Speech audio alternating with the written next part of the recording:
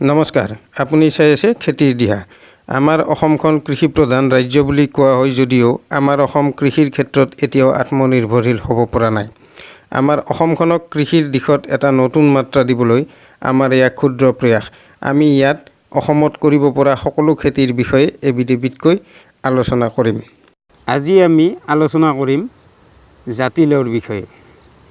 জাতিলাও সময়ত 10ৰ পৰা 50 টকালৈকে প্ৰতিটোত বিক্ৰী হোৱা দেখা যায়।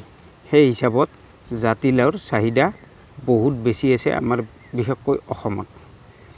জাত নিৰ্বাচনৰ ক্ষেত্ৰত পুছা চামাৰ প্ৰলিফিক লং, পুছা চামাৰ প্ৰলিফিক ৰাউণ্ড, পুছা মেঘদূত আৰু পুছা মাঞ্জিৰি আপোনালোকে বাছনি কৰিব পাৰে।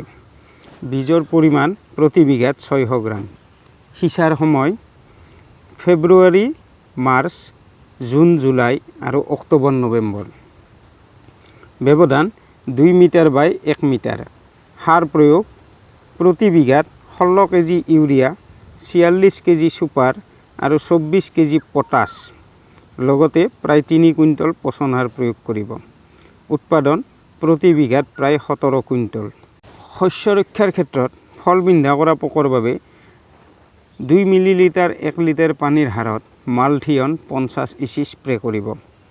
ফল পচা বেমাৰৰ ক্ষেত্ৰত 2 মিলিলিটাৰ 1 লিটাৰ পানীৰ হাৰত ডায়াথেন Z78 স্প্ৰে কৰিব। পাউডাৰী মিলডিউৰ ক্ষেত্ৰত 5 গ্ৰাম 1 লিটাৰ পানীৰ হাৰত কাৰাথেন বা 1 গ্ৰাম 1 লিটাৰ পানীৰ হাৰত বেষ্টিভিন স্প্ৰে কৰিব। ডাউনি মিলডিউৰ ক্ষেত্ৰত 1% বৰদোৱা মিশ্ৰণ বা 3 মিলিলিটাৰ প্ৰতি লিটাৰ পানীৰ হাৰত ডায়াথেন Z78 স্প্ৰে কৰিব। গুৰি পচা বেমাৰৰ ক্ষেত্ৰত প্ৰতি কেজি বীজ 5 গ্ৰাম কেফথাপৰ সহায়ত শোধন কৰিব। আজিৰ ভিডিঅ'টো ইমানেই। অনুগ্ৰহ কৰি আপোনালোকে যদি চেনেলটো নতুনকৈ চাইছে তেতিয়াহ'লে লাইক আৰু ছাবস্ক্ৰাইব কৰিবলৈ নাপাহৰিব। ধন্যবাদ।